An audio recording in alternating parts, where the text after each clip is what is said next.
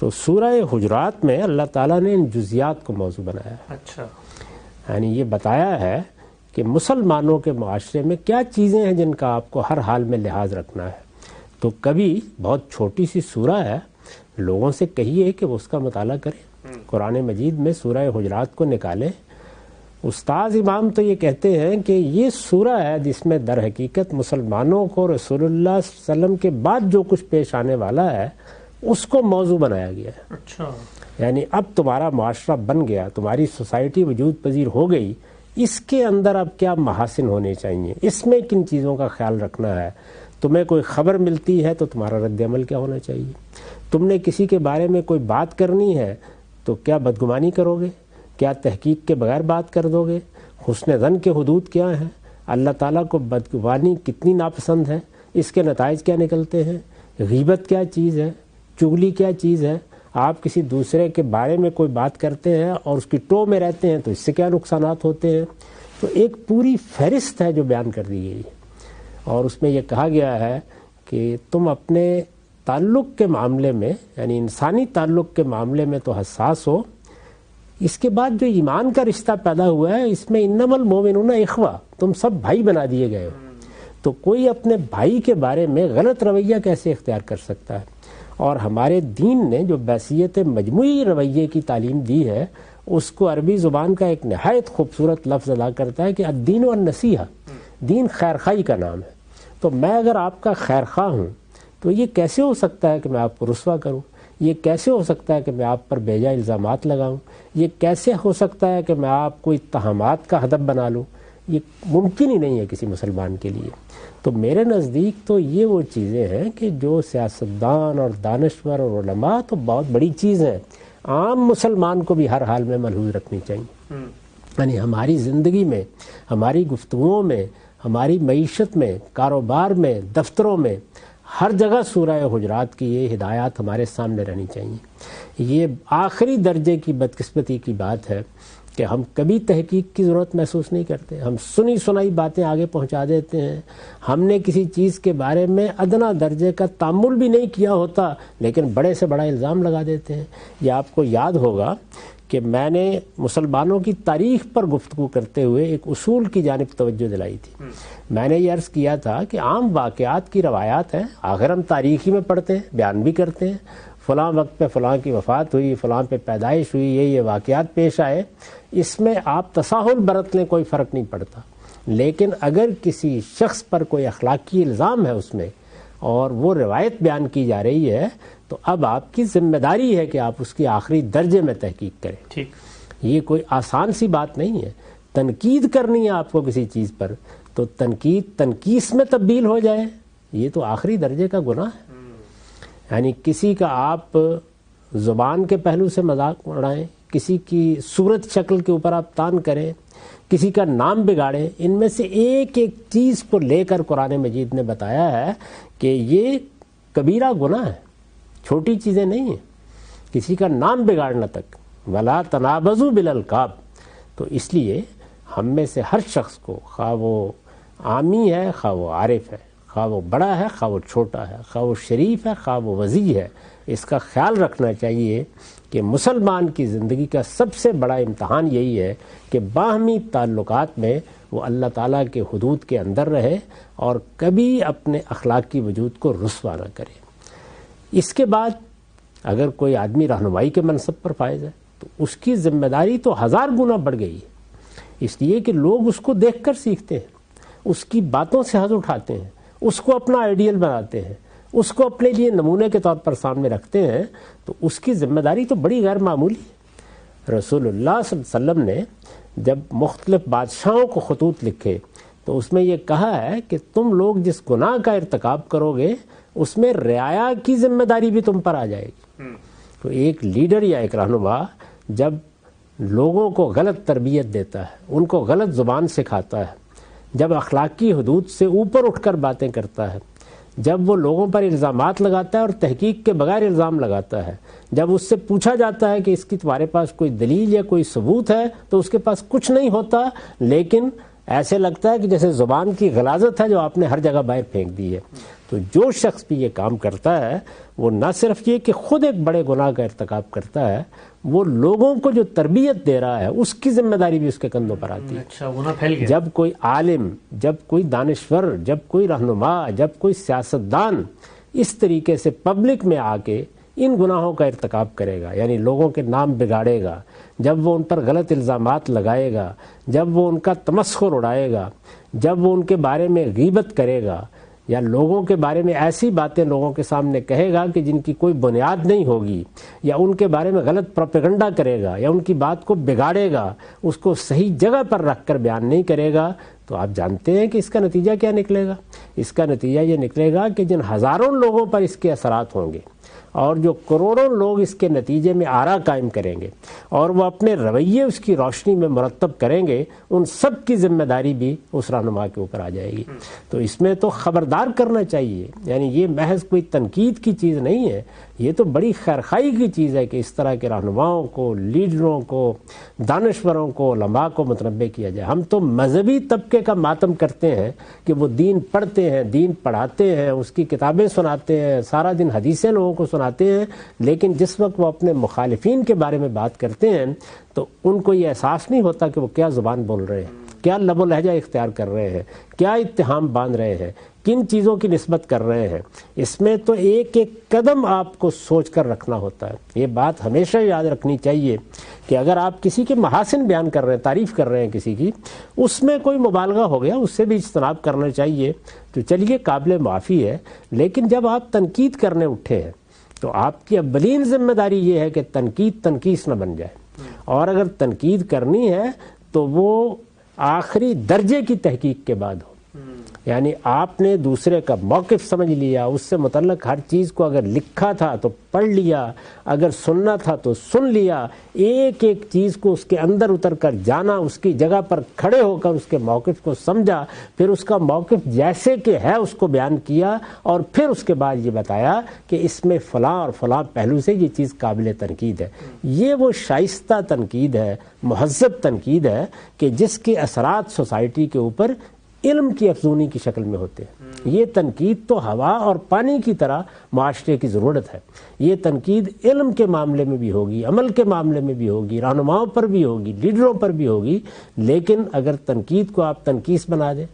اس کو تہمت بنا دیں، دوسرے کی بات کو بگاڑ کر اسے پروپیگنڈے کا موضوع بنا لیں، تو یہ جرائم ہے، اور یہ جرائم معمولی جرائم نہیں ہے، یہ مسلمان کی عزت پر حملہ ہے۔ اور یہ بات آپ یاد رکھیں کہ رسالت مآب صلی اللہ علیہ وسلم نے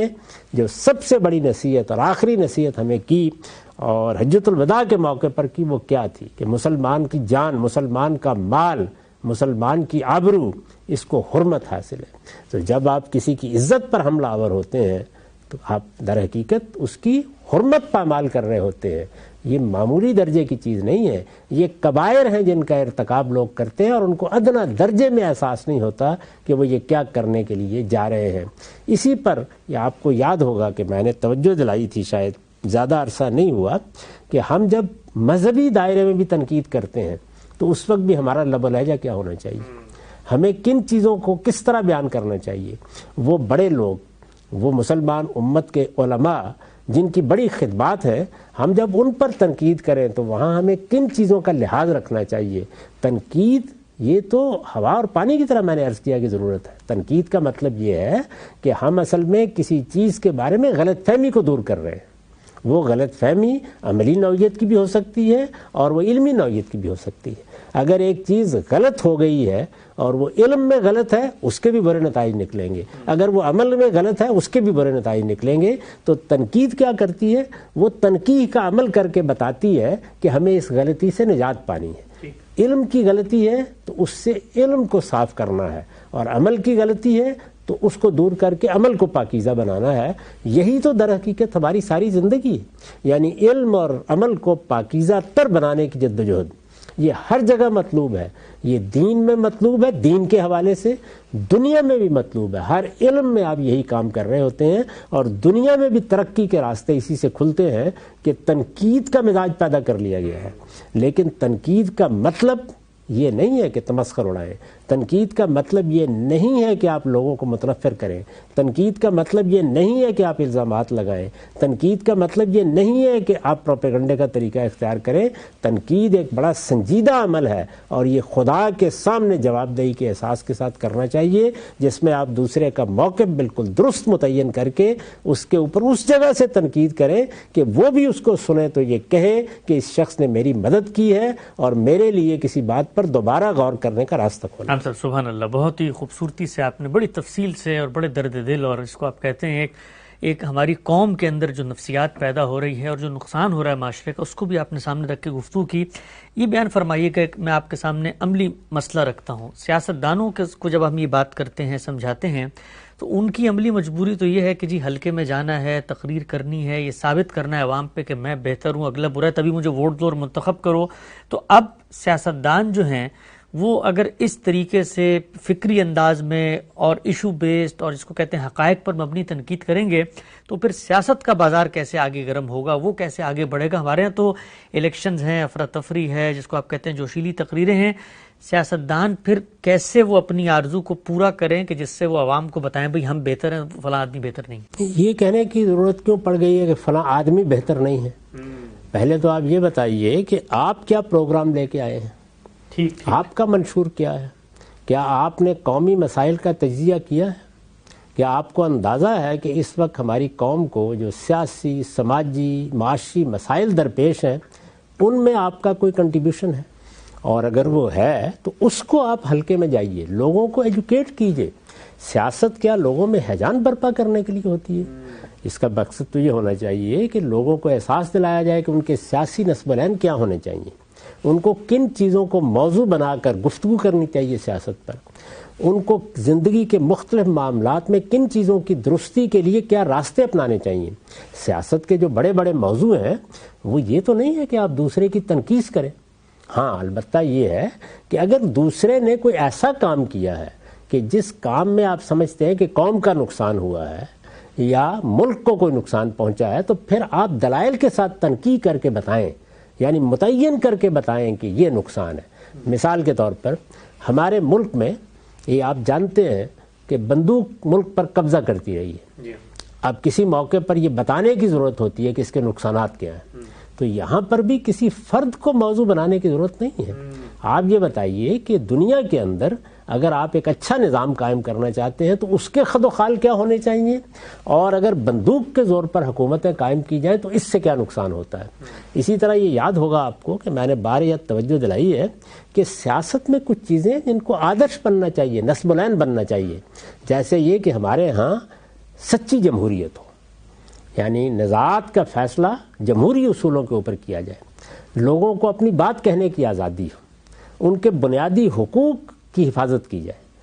قوموں کے حق کے خود ارادی کے ہم محافظ بن کے دنیا میں رہیں، اور اسی طرح قانون کی حکمرانی قائم ہو۔ تو یہ چیزیں ہیں کہ جن کو سیاستدانوں کو جا کے لوگوں کو بتانا ہے۔ سب سے بڑھ کر لوگ انہی کی بات سنتے ہیں، کیا اس کو ہیجان کی صورت دے دی جائے گی؟ کیا لوگوں کے جذبات پر انگیختہ کر کے آپ اپنے لیے تائید اور حمایت حاصل کریں گے؟ یہ تو انتہائی منفی طریقہ ہوا، اور اس طریقے سے آپ اگر قوم کی تربیت کریں گے تو آپ قوم کے ساتھ دشمنی کریں گے، آپ نوجوانوں کا ذوق بگاڑ دیں گے، آپ ان کے سوچنے کے انداز کو برباد کر دیں گے۔ ہمیں تو اگر ہم لیڈر ہیں یا رہنما ہیں یا عالم ہیں یا دانشور ہیں تو ایک ایک شخص کی مثبت طور پر تربیت کرنی ہے، اور میں آپ سے عرض کرتا ہوں کہ کاش ہمارے ہاں اس طرح کے سیاستدان پیدا ہوں کہ جو نیچے جائیں، چھوٹی چھوٹی مجالس میں بیٹھیں، گاؤں اور دیہاتوں میں جائیں، محلوں میں جا کر بیٹھیں اور لوگوں کو اکٹھا کریں اور ان کی تربیت کریں، ان کے 24 گھنٹے اس میں صرف ہوں، اس لیے کہ سیاست کو جب انہوں نے اختیار کر لیا ہے تو یہ در حقیقت ہمہ وقتی کام ہے۔ تو جس طرح ایک عالم سے، ایک دانشور سے یہ توقع ہوتی ہے کہ وہ ہمہ وقت لوگوں کے لیے اصلاح کا فریضہ انجام دے، یا وہ دین کی تنقید کرے یا علم کی تنقید کرے یا کسی علم کو آگے بڑھانے کے لیے اقدامات کرے، بالکل اسی طرح سیاستدانوں کی یہ ذمہ داری ہے کہ وہ اگر اس میدان کا انتخاب کر کے نکلے ہیں تو متعین کر کے یہ چیز اپنے سامنے رکھیں کہ ہمارا منشور کیا ہے۔ یہاں تو حال یہ ہے کہ مجھے بعض اوقات یہ تجربہ ہوا کہ پارٹیوں کے لیڈروں کو یہ معلوم نہیں کہ ان کے منشور میں کیا لکھا ہوا ہے۔ عجیب، اچھا، یعنی وہ منشور مرتب ہو کے شائع ہو جاتے ہیں ان کی کوئی 2 کاپیاں آپ الیکشن کمیشن کو بھیج دیتے ہیں، خود بھی کبھی پڑھنا گوارا نہیں کرتے. تو آپ دیکھیں کہ آپ نے کن چیزوں کے وعدے کیے ہیں، بار بار اس کے لیے مجالس منعقد کر کے ان چیزوں کی تنقید کریں، پھر لوگوں کے ذہنوں میں اس کو اتاریں کہ میرے سامنے یہ چیز ہے، میں اس کو ایسے حاصل کروں گا. تو یہ ایجوکیشن ہے جو سیاست کرتی ہے، یا سیاست اس طرح سے ہیجان پیدا کر کے لوگوں کے دل و دماغ کو معطل کر کے اپنے لیے تائید حاصل کرتی ہے. یہ تو میرے نزدیک لوگوں کے قتل سے بھی بڑا جرم ہے، اس کا ارتکاب نہیں کرنا چاہیے. ہم سے بڑی اہم بات آپ نے فرمائی. آگے بڑھاتے ہیں سلسلے کو. اچھا، ایک چیز اور بیان فرمائیے گا. ہم قرآن مجید کا مطالعہ کرتے ہیں تو اللہ تعالیٰ جا بجا جو وہ اقوام ہے جو پہلے انبیاء پر ایمان رکھتی تھی، ایک نقطہ بیان کرتے ہیں کہ بھائی آپ نے اللہ کو جو حیثیت دینی ہے وہ حیثیت اور کسی کو نہیں دینی. جو اللہ کے پیغمبر کی حیثیت ہے وہ حیثیت اب اور کسی کی نہیں ہو سکتی. اور فرمایا کہ اتخذوا احبارهم ورهبانهم اربابا من دون اللہ. ہم سب یہ بتائیے گا کہ آپ یقین جانیے جب ہم سیاست کے یہ ٹاک شوز وغیرہ دیکھتے ہیں،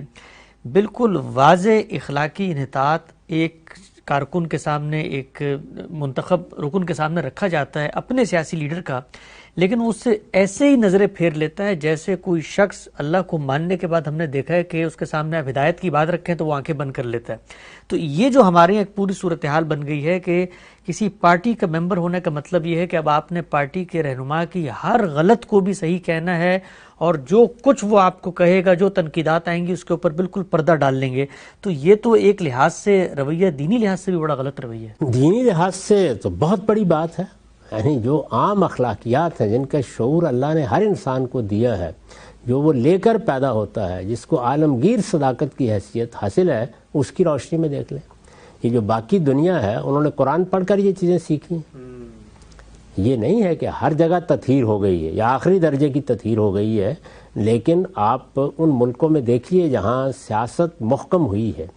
جہاں پر سیاسی استحکام پیدا ہوا ہے، یہاں ایک خاص طرح کی اسٹیبلٹی آئی ہے، جہاں پارٹیاں منظم ہو گئی ہیں اور اب گفتگو کے آداب بھی بڑی حد تک طے ہیں. وہاں پر گفتگو کیسے کی جاتی ہے، وہاں پر تنقید کیسے کی جاتی ہے، وہاں دوسرے لوگوں کو توجہ کیسے دلائی جاتی ہے. وہاں اگر آپ میڈیا پر بیٹھے ہوئے ہیں اور وہاں گفتگو کر رہے ہیں تو آپ کسی کی مدافعت کیسے کرتے ہیں اور آپ کسی پہ تنقید کس طریقے سے کرتے ہیں. تو ہمارے ہاں یہ بات جو لوگوں نے طے کر لی ہے کہ جب آپ کسی پارٹی میں شامل ہو گئے یا کسی لیڈر کی آپ نے بیعت کر لی ہے تو اب آپ تنقید نہیں کریں گے، اب آپ اس کی غلطی بیان نہیں کریں گے. سب سے بڑا حق تو اصل میں قریبی لوگوں کا ہوتا ہے. یعنی اگر آپ کے شاگرد ہیں اور آپ استاد ہیں اور وہ آپ کے رویے کی غلطی، آپ کے علم کی غلطی کی طرف آپ کو متنبع نہیں کرتے اور آپ کو یہ بتاتے نہیں، وہ آپ کے پاس بیٹھے ہوئے ہیں اور آپ نے کسی شخص پر تہمت لگا دی، آپ نے کسی کے خلاف پروپیگنڈا کر دیا، آپ نے علم کے بنیادی اصولوں کی خلاف ورزی کر ڈالی اور وہ واہ واہ کر رہے ہیں، تو وہ آپ کے دشمن ہیں. یعنی سچا شاگرد بھی وہی ہوتا ہے جو اپنے استاد کو بھی توجہ دلائے. حالانکہ استاد اور شاگرد سے تو بڑا تعلق کوئی زمین پر پیدا ہی نہیں ہوا آج تک، کیونکہ یہ وہ تعلق ہے جو پیغمبروں نے اپنے لیے کہا ہے کہ ہم معلم بنا کے بھیجے گئے ہیں. بعثت معلما، رسالت میں آپ صلی اللہ علیہ وسلم نے فرمایا اتنے بڑے منصب پر ہوتا ہے استاد. اس کے باوجود ذمہ داری کیا ہے کہ ہم غلطی بتائیں گے، ہم کوتاہی کی طرف متوجہ کریں گے، ہم ادب کے ساتھ کہیں گے کہ یہاں علم میں آپ غلطی کر رہے ہیں، یہاں عمل میں آپ غلطی کر رہے ہیں. تو یہ تو بڑے مرتبے کی جو لیڈرشپ ہے، معلم بھی ایک رہنما ہوتا ہے، یہ وہاں کے آداب ہیں. اس سے نیچے آپ کسی پارٹی میں شامل ہیں، کسی لیڈر کے ساتھ کام کر رہے ہیں، آپ کو اندر بھی شائستگی سے اپنی بات بیان کرنی چاہیے. اور اگر آپ سے مجلس میں بھی پوچھا جاتا ہے کہ فلاں رائے کے بارے میں، فلاں اقدام کے بارے میں آپ کیا کہتے ہیں، تو ٹھیک ہے آپ اس پارٹی کا حصہ ہیں، لیکن یہ تو کم سے کم نہیں کرنا چاہیے آپ کو کہ آپ غلط چیز کا دفاع کریں. آپ یہ کہہ دیں، شائستگی سے کہہ دیں کہ میں اس رویے سے یا اس طرز عمل سے اختلاف رکھتا ہوں، لیکن میں اپنا اختلاف الگ سے بیان کروں گا، اپنی پارٹی کے اندر اپنی پارٹی کے اندر بیان کروں گا. کم سے کم یہ تقاضا ہے جو آپ کو ہر وقت پورا کرنا چاہیے. آپ مدافعت کے لیے نکل کھڑے ہوں، آپ غلط بات کرنے کے لیے نکل کھڑے ہوں، آپ غلط مشورے دینے لگ جائیں، آپ اور ہیجان پیدا کرنا شروع کر دیں. میں نے بارہا پاکستان کی سیاست میں دیکھا ہے کہ جب کوئی نازک صورتحال پیدا ہوتی ہے تو آپ کے اپنے لوگ، آپ کے گرد و پیش کے لوگ اصل میں آپ کو برباد کر دینے کے لیے رویے اختیار کرتے ہیں. یعنی اس موقع کے اوپر غلط چیزوں کا ہاتھ پکڑنا چاہیے، غلط اقدامات کو روکنے کی صحیح کرنی چاہیے، اپنے لیڈروں کو قانون کا احترام سکھانا چاہیے۔ وہ اگر کسی ہیجانی کیفیت میں اس سے تجاوز کر رہے ہیں تو انہیں بتانا چاہیے کہ آپ کو یہ کام نہیں کرنا ہے۔ لوگوں کو امن و امان کو، جان و مال کو کوئی خطرہ لاحق ہو رہا ہو آپ کے اقدام سے تو اللہ کی پناہ مانگنی چاہیے کہ یہ کام ہم سے نہیں ہونا۔ کیا ہم اس بات کو نہیں جانتے کہ ہمارے دین نے اور عام اخلاقیات نے انسانی جان کو کیا اہمیت دے رکھی ہوئی ہے، انسان کے بنیادی حقوق کو کیا اہمیت دے رکھی ہوئی ہے؟ تو اگر آپ سیاست میں ہیں تو آپ رہنمائی کے مقام پر ہیں، رہنمائی کے مقام پر آپ جس اعتبار سے بھی کھڑے ہوں گے آپ کی ذمہ داری 1000 گنا بڑھ جاتی ہے۔ تو اس لیے یہ لازم ہے کہ آپ ہر مرحلے کے اوپر، خواہ آپ مدافعت کر رہے ہیں، خواہ آپ کسی موقع پر اپنا موقف پیش کر رہے ہیں، خواہ دوسروں کے موقف پر تنقید کر رہے ہیں، اس چیز کو سامنے رکھیے جو ہمارے ہاں اللہ تعالیٰ نے قرآن مجید میں اس زور کے ساتھ بیان کی ہے کہ میں اگر یہ کہوں تو غلط نہیں ہوگا کہ اس سے زیادہ زور کے ساتھ کوئی بات بیان نہیں ہوئی، اور وہ یہ کہ لوگوں اللہ کے لیے گواہی دیتے ہوئے سچائی اور انصاف پر قائم ہو جاؤ، اگرچہ تمہیں یہ انصاف کی گواہی اپنے والدین کے خلاف دینی پڑے یا اپنے اعزاء اقربا کے خلاف دینی پڑے، اپنے مفادات کے خلاف دینی پڑے۔ اور دوسری جگہ کہا انہی الفاظ میں، یعنی کونوا قوامین للہ شہداء بالقسط، ایک ہی بات ہے، ذرا الفاظ کے الٹ پھیر کے ساتھ اس کو دہرایا ہے اور یہ کہا ہے کہ یاد رکھو کہ لا یجرمنکم شنآن قوم علی الا تعدلوا اعدلوا هو اقرب للتقوی، یاد رکھو کسی کی دشمنی بھی تمہیں اس پر آمادہ نہ کرے کہ تم انصاف کے خلاف کوئی بات کرو، انصاف کی بات کرو، یہی تقوی کے قریب تر ہے، اور اسی کا صلہ دنیا کی سرفرازی ہے، اسی کا صلہ جنت کا انتخاب۔ بہت ہی اہم نقطہ آپ نے بیان کیا، آگے بڑھاتے ہیں اس سلسلے کو۔ یہ بیان فرمائیے گا کہ استدلال عام طور پہ جو سیاسی کارکنان ہیں، سیاست سے وابستہ لوگ ہیں، اپنے لیڈروں کے دفاع میں یہ پیش کرتے ہیں کہ جی ان کی ذاتی زندگی، ان کے قول قرار، ان کے معاملات، وہ سب کچھ ان کی پرائیویٹ لائف ہے، ہم کسی کی ذاتی زندگی میں دخل نہیں دیتے، ہمارا تعلق تو اس سے ایک نظریاتی تعلق ہے، اس نے کوئی منشور دیا، کوئی نعرہ دیا، کوئی دستور دیا تو ہم تو اس کے ساتھ کھڑے ہوئے ہیں، اخلاقی معاملے میں اگر اس کا انعطاف ہے تو وہ اس کا معاملہ ہے، اللہ کا معاملہ ہے، وہ جانے، ہم اس معاملے میں کوئی نہ صرف ایک اسٹینڈ ہی لیں گے بلکہ ہم سے کوئی مطالبہ کرے گا تو ہم اس کو یہ کہیں گے کہ بھائی لیڈروں کی پرائیویٹ لائف ہے، ہم اس میں نہیں پڑتے۔ سوال میرا آپ سے یہ ہے کہ کیا ایسا ہوتا ہے کہ کوئی شخص کسی ذمہ داری کے منصب پر فائز ہو اور خود اپنے آپ کو پیش کرے تو پھر اس کے بعد کیا اس کی کوئی پرائیویٹ لائف بھی ہوتی ہے یا اس پر بات ہو سکتی ہے؟ ہر چیز پر بات ہوگی، یہ چیز معاملہ تو عام لوگوں کے لیے، عام لوگوں کے معاملے میں یہی ہمیں بتایا گیا ہے کہ ہم ان کی غلطیوں اور کوتاہیوں پر پردہ ڈالیں گے، لیکن جب کوئی شخص اپنے آپ کو رہنمائی کے لیے پیش کر دیتا ہے تو پھر ظاہر ہے کہ وہ ہدف تنقید بنے گا۔ یہ آپ جانتے ہیں کہ کچھ لوگوں نے صرف ایک کام کیا صدر اول میں، جس کو آپ قرن اول کہتے ہیں یا اس سے متصل بات کے زمانے میں، ایک کام کیا، رسول اللہ کی نسبت سے کچھ باتیں بیان کرنی شروع کر دی۔ اب یہ دیکھیے کہ یہ نہیں کہ وہ لیڈر کے مقام پر ہیں، اللہ کے آخری پیغمبر کی طرف نسبت دے کے ایک بات بیان کر رہے ہیں۔ لوگ قصے سناتے ہی رہتے ہیں، کہانیاں بیان کرتے ہی رہتے ہیں، داستان گوئی بھی کرتے رہتے ہیں، لیکن چونکہ اللہ کے پیغمبر کی طرف بات کی نسبت کا مطلب یہ ہے کہ جو دین کا آخری مرجع اور ماخذ ہے اس کی طرف غلط بات منسوب کر دی جائے۔ تو ہمارے محدثین نے کیا کیا، اس نے ان کی ایک ایک زندگی کے پہلو کو ادھیڑ ڈالا،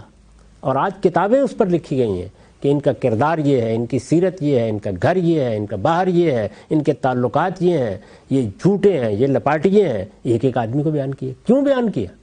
اس لیے بیان کیا کہ ان لوگوں نے رسول اللہ کی طرف نسبت دے کر ایک بات کو بیان کرنے کی ذمہ داری لے لی ہے۔ تو اسی طریقے سے جب ایک عالم دین کو بیان کرنے کی ذمہ داری لے لیتا ہے، ایک سیاستدان لوگوں کی رہنمائی کی ذمہ داری لے لیتا ہے، تو اس کے بعد کوئی پرائیویٹ اور پبلک لائف کی تقسیم نہیں ہوتی، ایک بات۔ دوسری بات یہ ہے کہ اخلاقی تصورات کے معاملے میں تو اختلاف ہو سکتا ہے، یعنی مثال کے طور پر آپ مغربی معاشرے کو دیکھیے، ان کے ہاں بعض چیزوں کو جس طرح ہم اخلاقی طور پر غلط سمجھتے ہیں، غلط سمجھا ہی نہیں جاتا۔ ٹھیک، یعنی یوں نہیں ہے کہ وہ سمجھ تو ان کو غلط رہے ہوتے ہیں لیکن ان کا ارتکاب کہیں چھپ کے کرتے ہیں۔ تو انسان کو جب ایک لیڈر کی حیثیت سے سامنے آنا ہے تو اس کی زندگی میں یہ تضاد کیسے ہو سکتا ہے؟ اگر کوئی شخص اپنی اس پرائیویٹ لائف کے اندر بعض ایسے معاملات کرتا ہے جو دینی لحاظ سے، اخلاقی لحاظ سے غلط ہیں، تو سوال یہ ہے کہ کیا وہ ان کو صحیح سمجھتا ہے؟ اور کرتا ہے. اگر تو ان کو صحیح سمجھتا ہے تو پھر چھپانے کی ضرورت نہیں ہے. ٹھیک. پھر تو ہر چیز سامنے آنی چاہیے, پھر بلکہ اس کا ایڈوکیٹ ہونا چاہیے آدمی کو. اگر وہ ان کو غلط سمجھتا ہے تو اس کا مطلب یہ ہے کہ وہ اخلاقی لحاظ سے تضادات میں مبتلا ہے, اور یہ تضادات فکر میں ہوں تب بھی انتہائی مہلک ہے, اور یہ عمل میں ہوں تب بھی انتہائی مہلک ہے. کسی سے غلطی ہو جانا بالکل ایک اور چیز ہے, یعنی کبھی غلطی ہو گئی, کوتاہی ہو گئی, کبھی پاؤں پھسل گیا, لیکن یہ کہ آپ کردار کو دو حصوں میں تقسیم کر دیں, کردار ایک ناقابل تقسیم وحدت ہے. اگر یہ ایک مقام پر مجروح ہوگا تو یہ ہو نہیں سکتا کہ دوسرے مقام پر بھی وہ چیز نہ پہنچے. چنانچہ آپ دیکھیے کہ قیام پاکستان سے پہلے جو آپ کی لیڈرشپ سامنے آئی, بلکہ قیام پاکستان کے بعد بھی ان لوگوں کا ذاتی کردار کیا تھا, ان کی سیرت کیا تھی, ان کے معاملات کیا تھے. اس لیے یہ جو تقسیم لوگوں نے کی ہے یہ میرے نزدیک انتہائی غلط تقسیم ہے. اور اس کے لیے مثال کیا دی جاتی ہے کہ یہ دیکھیے مغربی ملکوں میں تو لیڈر حضرات یہ کرتے ہی ہیں. یہ حقیقت ہے کہ مغربی ملکوں میں بھی اس طرح کی چیزیں گوارا نہیں کی جاتی, اور اگر کوئی چیز گوارا کی جاتی ہے تو پہلے اس کو انہوں نے اپنے فکری سانچے میں صحیح جگہ پر رکھ دیا ہے اپنے لحاظ سے. وہ میرے نزدیک غلط ہے, آپ کے نزدیک غلط ہے, لیکن وہ اب اس میں کوئی قباحت محسوس نہیں کرتے, اور نہ اس کے افشا کرنے میں ان کو کوئی ادنا درجے کی شرم محسوس ہوتی ہے. تو اصل چیز یہ ہے کہ اگر آپ ایک صحیح کام کر رہے ہیں اور آپ کے نزدیک وہ صحیح ہے اور وہ آپ کی پرائیویٹ زندگی سے متعلق ہے تو پھر اس کے افشا کرنے میں کیا حرج ہے؟ صحیح کام کر رہے ہیں, بالکل ٹھیک ہے, یعنی اس کو چھپانے کی ضرورت نہیں ہے, اس کے بارے میں جھوٹ بولنے کی ضرورت نہیں ہے. جو آدمی اپنی ذاتی زندگی کے بارے میں جھوٹ بولتا ہے وہ قوم سے جھوٹ کیوں نہیں بولے گا, وہ دوسروں پر جھوٹی تہمت کیوں نہیں لگائے گا؟ تو یہ بات تو کسی طرح بھی گوارا نہیں کرنی چاہیے کہ کردار میں یا سیرت میں تضادات ہوں. وہ کیا چیز تھی جس نے قائد اعظم محمد علی جناح کو لوگوں کا محبوب قائد بنا دیا, اور ان کے مقابلے میں لوگوں نے بڑے بڑے علماء کی رائے کو ماننے سے انکار کر دیا. اگر آپ غور کر کے دیکھیں تو یہ صرف سیرت و کردار کی صلابت ہے, اور یہ چیزیں معمولی نہیں ہوتی. جب آپ لوگوں سے جھوٹ بولتے ہیں, آپ کا باطن کچھ, آپ کا ظاہر کچھ, آپ کی ذاتی زندگی کچھ, آپ کی پبلک لائف کچھ, تو اصل میں آپ کیا کر رہے ہیں؟ اصل میں آپ منافقانہ زندگی بسر کر رہے ہیں. اور قرآن مجید نے یہ بتایا ہے کہ سیدھے کفر سے بات ہو سکتی ہے. منافقین کے بارے میں تو یہ کہا ہے کہ فی الدرک الاسفل من النار, یعنی یہ تو جہنم کے بھی اس درجے میں جائیں گے کہ جس سے نیچے کا کوئی درجہ نہیں ہے. تو کسی حال میں بھی یہ چیزیں گوارا نہیں کرنی چاہیے. میں پھر عرض کر دوں کہ ہم سب کمزور انسان ہیں, غلطیاں ہر ایک سے ہوتی ہیں.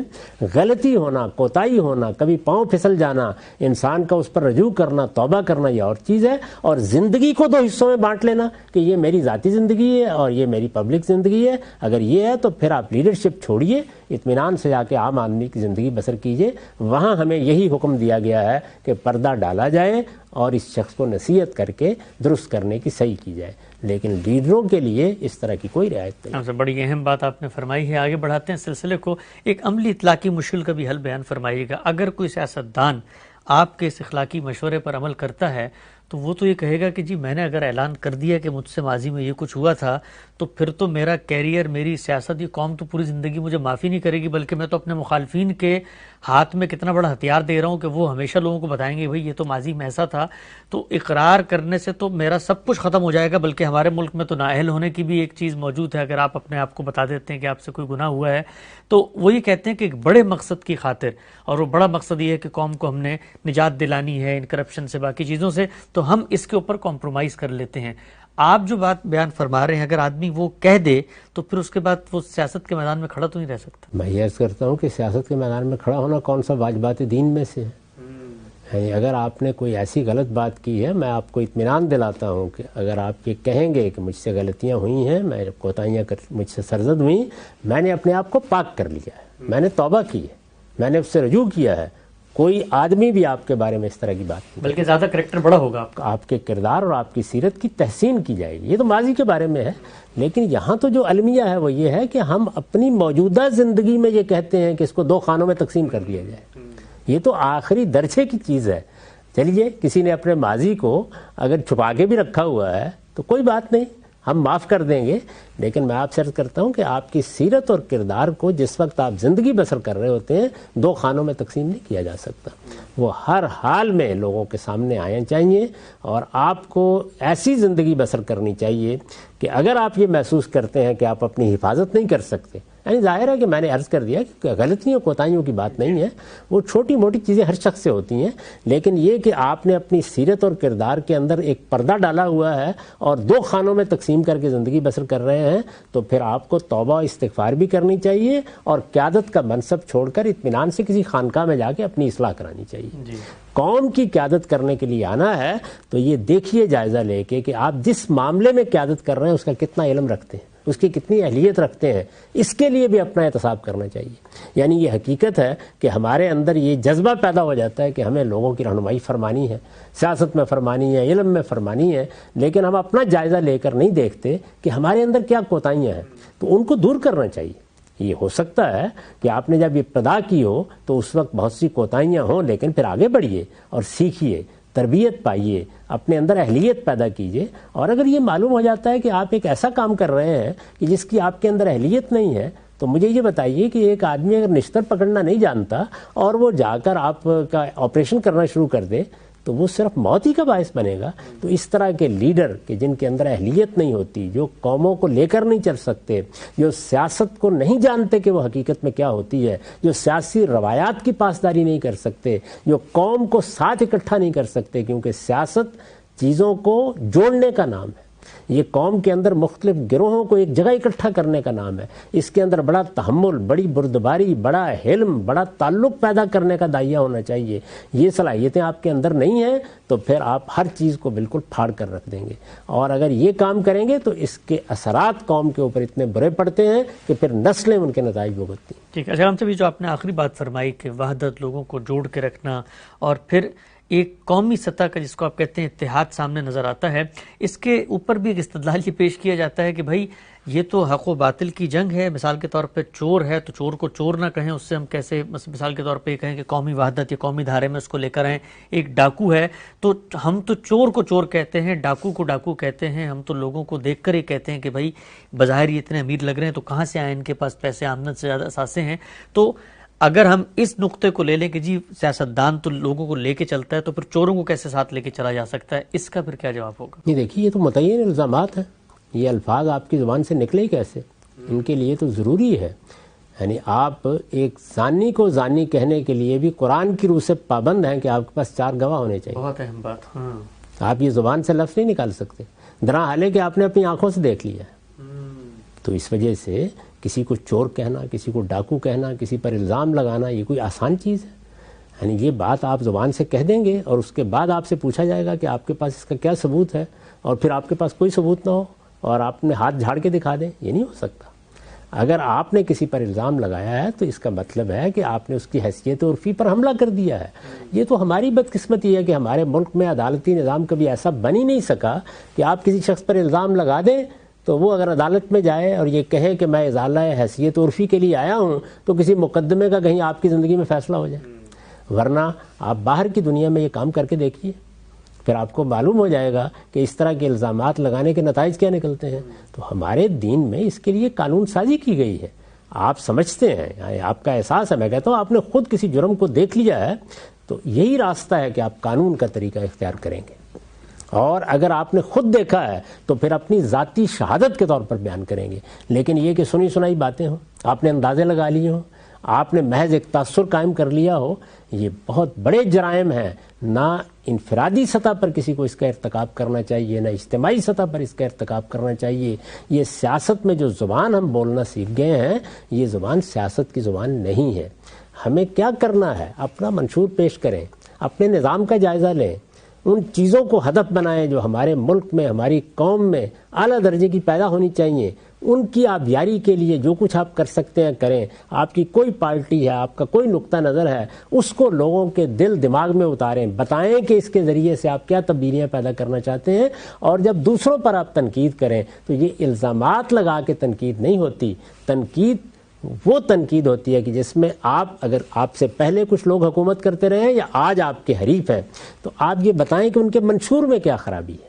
آپ یہ بتائیں کہ ان کے اقدامات میں کیا خرابی تھی، آپ یہ بتائیں ان کی پالیسی میں کیا خرابی تھی، یہ باتیں بتائیں۔ باقی رہ گئی یہ بات کہ انہوں نے کسی جرم کا ارتکاب کیا ہے تو اس کے لیے قانونی راستے کے سوا اور کوئی راستہ اختیار نہیں کیا جا سکتا. ہم مسلمانوں کو بھی اللہ نے اس کا پابند کیا ہے، اور دنیا میں مسلمہ اخلاقیات بھی یہی تقاضا کرتی ہیں کہ اگر الزام ہے اور آپ کے پاس شہادت ہے تو شہادت لے کے عدالت میں جائیں اور وہ جرم ثابت کریں، اور اگر شہادت نہیں ہے اور آپ کے ساتھ کوئی اور بھی شہادت دینے کے لیے تیار نہیں ہے تو پھر آپ کو زبان کھولنے کا حق نہیں ہے. آپ کا کام پھر یہ ہے کہ جو کچھ آپ کے سامنے ہے اس کو موضوع تنقید بنائیں اور لوگوں کو اس کے بارے میں متنبع کریں، اور وہ دسیوں چیزیں ہوتی ہیں. یعنی علم میں بھی آپ دیکھیے کہ بہت سے لوگ نیت پر حملہ آور ہو جائیں گے، یہ کہیں گے کہ فلاں آدمی تو فلاں رائے اصل میں اس بنیاد پر قائم کی ہے کہ فلاں کو خوش کرنا چاہتا ہے. بھائی اس نے کوئی رائے قائم کی ہے تو اس کی کوئی دلیل دی گئی ہو، اس کا کوئی نتیجہ نکلا ہوگا، تو آپ اس پہ تنقید کر کے بتائیں کہ اس میں غلطی کیا ہو گئی ہے. تھوڑی دیر کے لیے مان لیں کہ وہ انتہائی بدنیت ہے، لیکن جو بات کہہ رہا ہے اگر وہ علم کی بات ہے تو علمی لحاظ سے اس میں کیا خامی ہے، کیا خرابی ہے. اسی طرح کا معاملہ سیاست کا ہے کہ سیاست میں اگر کسی شخص نے کوئی غلط کام کیا ہے تو غلط کام ایک وہ ہے جو تحقیق طلب ہے، اس کے لیے تو عدالت کا اور تحقیقی اداروں کا ہی راستہ ہوگا. لیکن اگر وہ کام جو اس نے کیے ہیں، سامنے کوئی سیاستدان ہے، لیڈر ہے، اس نے کچھ تقریریں کی ہوں گی، کچھ گفتگویں کی ہوں گی، اپنا کوئی منشور پیش کیا ہوگا، اس نے کو اگر پہلے حکومت کی ہے تو قوم ملک کے لیے کوئی اقدامات کیے ہوں گے، آپ کو ان پر ایجوکیٹ کرنا چاہیے کہ آپ ان کا تجزیہ کر کے بتائیں اس میں کیا خامی ہے. یہ ہوگی وہ سیاست کہ جو قوموں کی تعمیر کرتی ہے. اور اگر اتہامات اور الزامات کی سیاست ہے تو یہ صرف انتقام پیدا کرتی ہے، یہ آپ کے خلاف مختلف قوتوں کو متحد ہونے کا موقع دیتی ہے. اس سے سیاسی فضا بالکل برباد ہو کے رہ جاتی ہے، اور بجائے اس کے کہ آپ آگے بڑھ کے کوئی کارکردگی دکھائیں، آپ الٹا جو کچھ حاصل کر سکتے ہیں اس کو بھی کھو بیٹھتے ہیں. بہت ہی اہم گفتگو آپ نے فرمائی ہے. آج آخری سوال آج کی نشست کا میں آپ کی خدمت میں رکھنا چاہتا ہوں، وہ یہ کہ ہم جب تاریخ کو پڑھتے ہیں، اور بہت دور کی تاریخ نہیں، ہمارے اپنے ملک میں قریب کی تاریخ ہے، سیاست کے میدان میں نوک جھونک بھی ہوتی ہے، طنز و تعریض بھی ہوتی ہے، کچھ جملے بھی ادھر ادھر سے کس دیے جاتے ہیں، لیکن ایک ادبی اور لطیف پیرائے میں ہمارے ہاں پوری برصغیر کی بالخصوص روایت رہی ہے. آپ نے ایک دفعہ حوالہ بھی دیا تھا کہ مولانا امین حسن اصلاحی اور مولانا مودودی علیہ رحمہ دونوں سیاسی معاملات کے اندر ایک جماعت بنی ہے، اس میں اختلاف ہوا، اس اختلاف کا انہوں نے اظہار کیا، وہ اظہار ہی اپنی ذات میں ادب کا ایک شہپارہ بن گیا. اس کی کیا وجہ ہے کہ ہم یہ دیکھتے ہیں کہ سیکنڈ گریڈ لیڈرشپ بھی نہیں، فرسٹ درجے کی جو لیڈرشپ ہے وہ بھی گفتگو کرنا، کسی کو کوئی بات اگر آپ نے سمجھانی ہے، اس پر طنز کرنا ہے، تعریض کرنی ہے، ادب، زبان، الفاظ، لطیف پیرائے، تلمیح، ان چیزوں سے بالکل ناواقف ہو چکے ہیں. اس کا بھی کیا کوئی نقصان ہوتا ہے قومی سطح پہ؟ نقصان کیا، یعنی اس کے نتیجے میں سب کچھ ہی برباد ہو جاتا ہے. دیکھیے بات یہ ہے کہ جو لوگ لیڈری اور رہنمائی کے منصب پر فائز ہیں ان کو چاہیے کہ وہ کچھ مطالعہ بھی کریں، کچھ پڑھیں بھی، کچھ ادب کے ساتھ، کچھ فنون لطیفہ کے ساتھ بھی دلچسپی پیدا کریں. یعنی ہمارے ہاں تو یہ ہے کہ بس آپ کے پاس اگر دولت ہے، اپنا ڈیرا چلا سکتے ہیں تو پھر آپ سیاست میں آ جاتے ہیں. یہ سیاست کی ناگزیر ضرورتیں بھی ہیں. اس کی وجہ یہ ہے کہ اس کام کو کرنے کے لیے آپ کو ہمہ وقتی سیاست کو اختیار کرنا پڑتا ہے، اور جب آپ ہمہ وقتی طور پر اختیار کرتے ہیں تو آپ کے پاس وسائل بھی ہونے چاہیے. وہ اپنی جگہ ایک الگ چیز ہے، اس کا حل کیا ہے اور وہ حل کیسے نکالنا چاہیے، اس میں سیاسی جماعتیں کیسی بننی چاہیے، سیاسی جماعتوں کو کس طرح منظم ہونا چاہیے، کس طرح ان کو ٹیلنٹ پر استوار کرنا چاہیے، وہ ایک الگ موضوع ہے، اس پر گفتگو کی جا سکتی ہے. لیکن اس وقت تو یہی ہے، آپ نے فیصلہ کیا، نوجوانی کے زمانے ہی سب فیصلہ کرتے ہیں نا کہ ہم نے سیاست کی راہ اپنانی ہے. تو جس طریقے سے ہم یہ فیصلہ کرتے ہیں کہ ہمیں عالم بننا ہے یا انجینئر بننا ہے یا ڈاکٹر بننا ہے، تو پڑھتے ہیں، کچھ چیزوں کو سمجھتے ہیں، اس علم کو حاصل کرتے ہیں، اس سے متعلق علوم کو حاصل کرتے ہیں. تو یہ ان لوگوں کو بھی کرنا چاہیے تاکہ جس وقت بعد میں یہ ایک دوسرے کے ساتھ بات کر رہے ہوں تو وہ ادب تخلیق ہو کہ جس کا آپ نے حوالہ دیا. وہ تو خیر تو بہت بڑے لوگ ہیں ہماری تاریخ کے، اور ان کو اللہ تعالیٰ نے وہ قلم عطا کیا ہے کہ آدمی پڑھتا ہے تو اشش کر اٹھتا ہے، لیکن نبی ہو تو ایک درجے میں جو لوگ سیاست کر رہے ہیں یا دانشور ہیں ان کی گفتگو سن کر لوگ حظ اٹھائیں. اس میں تعریض بھی ہوتی ہے، کوئی طنز کا جملہ بھی ہوتا ہے، کسی موقع کے اوپر آپ کوئی مذاق کی بات بھی کر دیتے ہیں، لیکن اس کی سطح کیا ہونی چاہیے، کس جگہ کھڑے ہو کے بات کریں وہ، اور جب وہ بات آپ کریں تو آپ کے مخاطب کو بھی یہ موقع ملے کہ اس سے حظ اٹھائے، وہ یہ محسوس کرے کہ یہ ایک لطیف بات ہے جو کہی گئی ہے. تو طنز تعریض کے بھی آداب ہیں، اسالیب ہیں، جو ظاہر ہے کہ ادب کے مطالعے سے آتے ہیں، اور فنون لطیفہ کے ساتھ دلچسپی ہو تو آدمی اپنے اندر وہ لطافت پیدا کرتا ہے جس کے بعد اس کی زبان سے لال و گوہر بکھرتے ہیں، ورنہ تو آپ کے پاس جھاڑ کے کانٹے ہوتے ہیں یا ہاتھ میں جھاڑو ہوتا ہے اور وہ بھی غلاظت سے بھرا ہوا، اور آپ جہاں چاہتے ہیں دوسرے آدمی کے دامن کو تار تار کر دیتے ہیں۔ آپ سب بہت ہی اہم گفتگو آج آپ سے ہوئی ہے۔ ہمارے پروگرام کا وقت یہاں پہ ختم ہوتا ہے۔ ناظرین، پاکستان کے اندر اس وقت جو ایک موجودہ سیاسی صورتحال اور ایک کشمکش ہے، اور یہ ہمارے ملک کے لیے نئی بھی نہیں ہے، آئے روز ہم دیکھتے ہیں ہر کچھ سالوں بعد ایسی صورتحال پیدا ہو جاتی ہے۔ اس میں کیا وہ نقصان ہے جو قومی شعور کی سطح پر ہمارے نوجوانوں کو، ہماری نسلوں کو ہوتا ہے، بظاہر شاید وہ چیزیں محسوس نہیں ہو رہی ہوتی۔ دین کے ایک عالم سے، ایک دائی سے ہم نے سمجھنے کی کوشش کی کہ وہ کیا چیزیں ہیں جن کو پیش نظر رکھ کے مسلمان سیاستدانوں کو سیاست کے میدان میں کوئی کام کرنا چاہیے۔ انشاءاللہ موضوعات کے سلسلے کو آگے بڑھائیں گے۔ وقت یہاں پہ ختم ہوتا ہے، اجازت دیجیے، اللہ حافظ۔